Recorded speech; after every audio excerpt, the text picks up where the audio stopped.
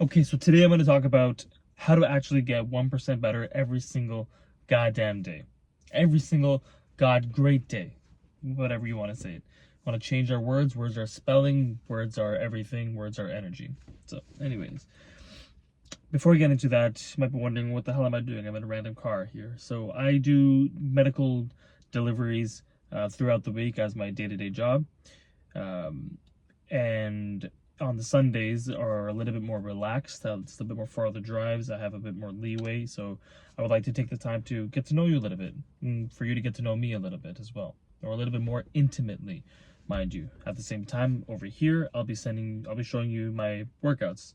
As of today, this workout I had with my client, and it was a nice one. He wanted to bounce off each other's strength, and he just wanted to get a juicy pump on, and we did. Now, I don't really believe that pump is something that's conducive to building strength and muscle. In fact, there's a lot of studies that shows that it has no effect. In some ways, it can actually decrease your ability to gain muscle and build strength. But that's for another day. How to become better 1%. How to become 1% better every single day. This is a practical approach to it and what I've used for myself and with my clients. So back when I was when I came out of college, I went straight into training clients or training people at Good Life Fitness, major gym chain in Canada. And a lot of the clients that I had tended to be people with high stress level jobs. I've trained CEOs, I've trained nurses, lawyers, doctors, and stay-at-home busy moms. Everyone there has one thing in common. It's the fact that their schedule could change on a dime, and they're dealing with some type of difficult body or being. They're either dealing with kids, patients, clients, or other businesses.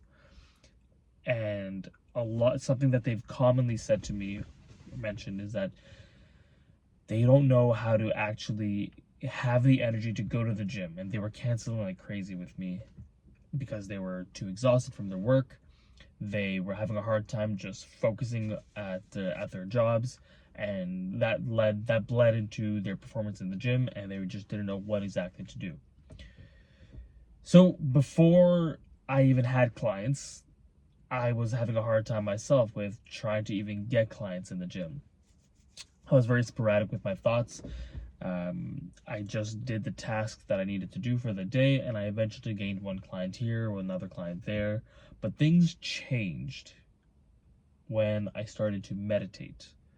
Meditate is one of the techniques that we're going to discuss about on how to actually become better, 1% better every single day. And it's actually something I use to go from just a random college lifter to placing in second for an international powerlifting competition where I represented for Canada. Big change here, right? And no, I didn't do any type of becoming oneness with God and chanting and becoming very religious, although that has merits on its own and you can do those as well. But that's not what I'm going to be discussing about today. The technique that I use for meditating to get myself more grounded, moved with more intention, having more clarity with my day, was meditating.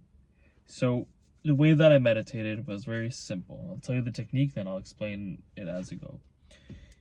I picked a spot in the house or my bedroom at the time, crossed my legs, sat up straight, and inhaled through my nose, exhaled through my mouth. I'll point out the video over here with a little more demonstrating of how it's working out. But yes, so I inhaled with my chest with an upright posture. Rather, I raised my chest to gain that upright posture. Belly breathed, so I inhaled through my diaphragm or through my stomach, and exhaled.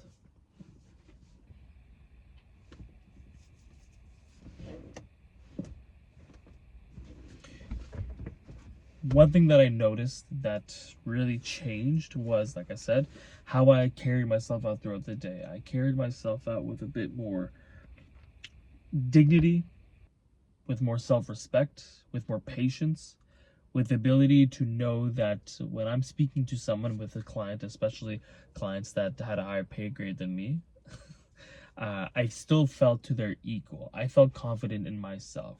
Not so much as, I wouldn't say necessarily equal. I didn't think like, oh, I'm a big shot, hot shot, CEO, lawyer, doctor. But I felt very confident in who I was.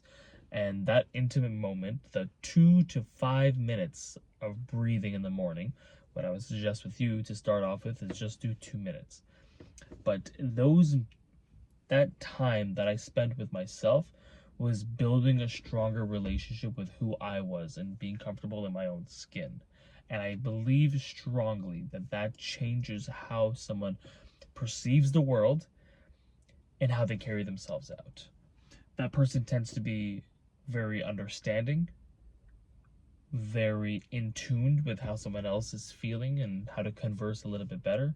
And this is all came from just meditating, just spending a little bit more time with myself. So what I would suggest with you is spend 2 to 5 minutes in the morning before doing anything. You wake up, get right to it. Take the time. You could be standing, you could be sitting down, you could be laying down, whatever it's going to be. But like I said in the video or in that little clip, that's the effective way, the most efficient way of meditating. You can choose however way you want to do that. Now, I said this to all of my clients when I started gaining the high income earners, the affluent clients, the pish posh clients. I started explaining to them that this is what I did every single day leading up to my competition. Now, the task that I wanted to do, what I kept in my mind the whole time was lifting. That was just what I was doing. So what I told my clients was that in your mind, in the 2 to 5 minutes, I want you to think about your day. Think about the interactions that you're going to have, the most challenging interactions that you may have, or the tasks that you need to do. Put yourself in that position of you doing it and manifesting whatever it is that you needed to do to make that job a success. So that could be, having a conversation with a client and it going exactly the way that you expect it to go, but with your techniques or what you need to tell them. That might be, organizing your day with your kids as a stay-at-home mom. That's what I told her. Going through that agenda. If you were a doctor, now that was a little bit different because they don't know what their schedule is, so they literally just go in blindsided. But spending that time to gather their mind, understanding what their day-to-day typically looks like, and just breathing. The one thing that each and one of my clients and myself felt differently moving forward for the rest of the day is that the day, no matter what was thrown at us, no matter what is thrown at you, you carry yourself with a type of energy that flows and bends with the energy of what's happening. Instead of being so aggressive and confrontational and fighting with every single thing that you're going through. You don't need to fight with everything in every conversation. You don't always have to be right. You don't always have to, be wrong as well. There can just be a sense of, let's work things out together. I digress. The meditating allowed us to feel more at ease throughout the day. Now, on a physiological standpoint, this could be the sense of reducing our blood pressure, reducing your heart rate. It's the parasympathetic and sympathetic systems in your body that dictates how much energy or how you react to something becomes a little bit more at ease. This is all just through meditation. Now, this is how they flowed throughout the rest of the day. As a result, what they found was that they were able to get things done, their tasks, their jobs. Myself, I was able to just map out what my day was supposed to be like and be more in the moment of lifting. And that's what allowed me to become stronger or perform better each lifting session. Same thing with yourself. Every day that you meditate, I guarantee you the day will flow a little bit easier and you will know how to handle it much better. So that's number one. Not as practical in the sense of Okay, what is the exact result we're going to get? This is a practice that takes time. Everything that you do starts off as resulting into nothing, but as you work on it day by day by day, the building blocks become stronger and the effects also becomes more heightened. Take your time, take the 2 to 5 minutes in the morning and meditate. That's number one. Step two is reflections. Now it's reflections, going back into your day, planning your day. This is all some level of reflection. Okay? Now reflection may be dealing with the past, but your plan needs to be made from past experience. That is how us as humans have developed such a sense of accomplishments of anything. We have the ability to think back and reflect. So why would we not take advantage of that ability where other creatures, other animals in the world don't really reflect and think back? They go by pattern recognition, which is a bit more instinctual. But for us, we can actually sit here and map out and think about things for the future and think about and dictate how we plan based off of past experiences. That is something that is unique to all species of living entities and things. That is something that we should be doing more of, more frequently. So why we don't do it, God only knows. But we'll do it for, let's say, a job or project, but we won't do it for your life. We won't do it for a full day.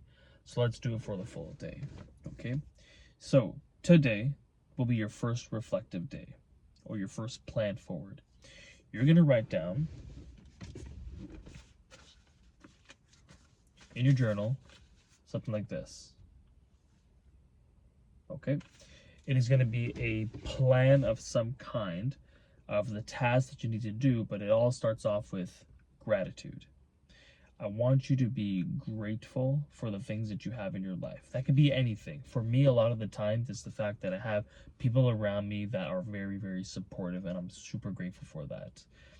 It's for the fact that my parents, despite the struggles that they've gone through, especially with raising myself, they still think about me just as my parents. But that's something good. That's something that's warming and accepting for myself. So I'm grateful for them.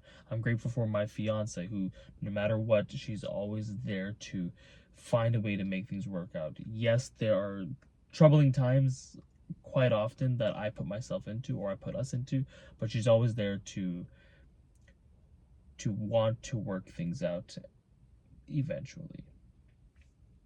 So write down, the first thing is gratitude. What are you grateful for? The next thing is a why. I want you to write down why you are attempting to be better. Who are you attempting to be better for? What changes do you want to make in your life or in someone else's life? The burning reason for why you are attempting to develop yourself. Those are the top two things, what you're grateful for and your whys. Top of the list. After that, you are going to be writing down the plan and the tasks that you need to actually do on a day-to-day basis, whether that's for your business, for your lifting, for your family, whatever it is. You write that down as if you're in school. You need to make an agenda all over again, and not just of your work agenda. After work, it needs to be something else. What are you going to be doing? For myself, I do things related to the family, to the household, whether that's training our dogs and building and strengthening that relationship, or even my relationship with my partner. So when I did that or told my clients these things, what they noticed was that they could actually reflect on what happened in that day. Okay, well, what am I going to write for tomorrow? Tomorrow, I need to make up for these things that didn't happen or didn't go according to the plan from previous. So let's say you were supposed to close that client. You were supposed to hand in this work, this project, make these calls. You were supposed to have a difficult conversation with the client, but they ended up weaseling their way out of it. You have to write down, okay, these are the things that needs to get done tomorrow, but what can I do differently to prevent what happened for tomorrow? This is the practical way, as simple as it may sound. It's just of do better. This is the practical way of how you could actually do better 1% every single day. It's only when you reflect back on what has happened that day that you could do better. Some people go through their whole life just doing the task and, you know what, I'm going to try again tomorrow. I'm going to let someone else tell me, okay, this is what you need to do. your manager, your supervisor, your parent, your partner, your loved one, someone. They're the one that's going to be managing you, but you need to be the one to manage yourself.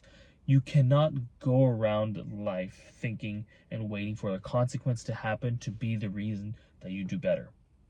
The more consequences that comes to your life, the shittier you're going to feel. The less likely you are to do better than managing yourself, because now you could prevent that mishap from happening. That mishap, that consequence costed someone time, costed someone money. And why are you going to wait until you are in the hole to dig yourself out of it when you could just not be in a hole? Sure, missing not closing a deal, not being able to have that conversation, not lifting the weight the way that you wanted to, and failing. Sure, those things don't really develop a hole the first time.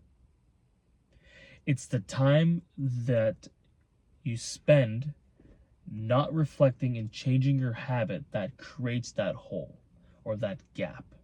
It's the fact that you don't take the time right away to fix the situation and prevent it from getting worse and worse. It's being able to close that gap of error that you did wrong. It's the fact of thinking about your day. What prevented you from going to the gym? Was it the fact that other things took priority? And if other things did take priority, okay, well, you have to put a priority to going to the gym, to working out, to bettering yourself. You have to think about what it is one, important to you, and two, what is holding you back. Spend the time in the evening to do that. That is the only way that you're going to be able to actually reverse engineer your day to prevent said things from holding you back from being the better you.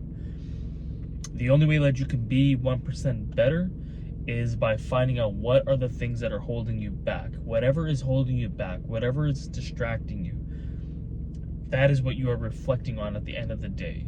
When you reflect on these things, being able to make the plan for tomorrow is what closes that gap.